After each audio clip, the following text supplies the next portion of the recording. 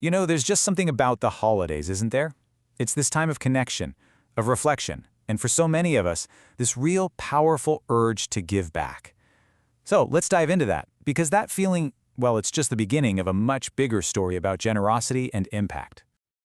I mean, think about it. You see a story that just grabs you, you feel that pull on your heartstrings, and you click donate.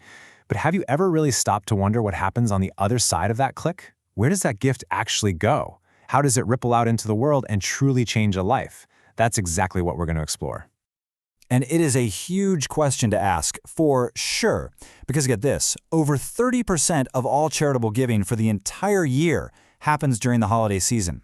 We're talking mostly in those last few days of December. This isn't just a small trend. It's a massive wave of generosity that basically sets the stage for countless organizations and the people they serve for the whole year to come. Okay, so the big question is, why then? What is it about this specific time of year that inspires us to open our hearts and, our wallets? Let's dig into the psychology behind this huge holiday giving surge. All right, so when you look at the data, it's pretty fascinating. It basically boils down to two huge drivers. And it's worth pointing out that people could pick more than one reason, which makes a lot of sense. A whopping 72% of us give because we feel super strongly about a particular cause. And right behind that, 61% are moved by a sense of gratitude and wanting to help others, and those feelings are just dialed up to 11 during the holidays. It's really that powerful combination of passion and thankfulness. But numbers only tell part of the story, right? To really, truly get the impact, we need to zoom in. We need to look at a single story that shows how one gift can completely redirect a person's future. So let me introduce you to Saki Yusa, who went by Zach. About 2 decades ago, his reality in Fiji was a daily struggle for the most basic things. I mean, his family was living on less than $1 a day. For them, things like school supplies or new toys, they were just completely out of reach. And then, one Christmas, something totally unexpected happened. A simple shoebox, packed by a complete stranger thousands of miles away, somehow found its way right into his hands. Just a small, anonymous act of generosity. And inside, well, it wasn't just stuff. It was like a key.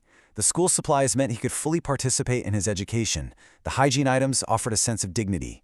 For Zach, this wasn't just a gift. It was a gateway to a whole world of possibilities his family simply couldn't provide. Just think about that for a second. One shoebox, a single act of giving, set off a chain reaction. It was the catalyst that Zach says helped him break the cycle of poverty and build a different life. This is a perfect example of the incredible, real-world power we're talking about. Now, stories like Zach's are incredibly powerful, but they don't just appear out of thin air. They are intentionally and very carefully shared. So let's pull back the curtain and see how nonprofits strategically use the art of storytelling to connect your donation to a real human outcome. It often comes down to a really simple but super effective formula. First, you start with the challenge, the difficult reality someone is facing. Then comes the transformation, and this is where you get to be the hero who enables change. And finally, you show the result, the tangible, positive outcome.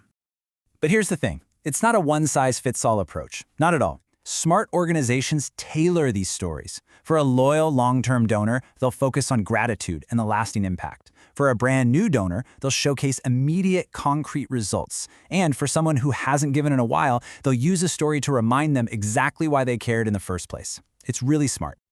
An emotional story is powerful, absolutely. But in today's world, it's not always enough. To build lasting trust, organizations know they need to pair that heartfelt narrative with some cold, hard proof. Just listen to this quote. It's from Joseph, a father in Ghana whose daughter, Benedicta, received support from sponsors she'd never met. You can just feel the awe and the gratitude in his words. This is the human heart of the story. And here's where the heart meets the data. The story is that a $1,000 gift changed their lives. The result is how. It funded a grocery store, which then created a stable income for the family and secured Benedicta's education. The story makes you feel.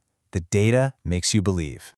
And does this combination actually work? Oh, you better believe it. Just look at the Salvation Army's 2019 campaign. By blending these compelling stories with clear data, they didn't just meet their goal, they absolutely smashed it, surpassing it by 224%. This is all the proof you need that a great story backed by facts is an unstoppable fundraising tool. And this brings us to a really important shift in thinking. Effective giving today is moving way beyond being a simple transaction.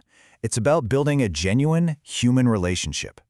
Take the story of Tyler from Florida and Yandel in the Dominican Republic.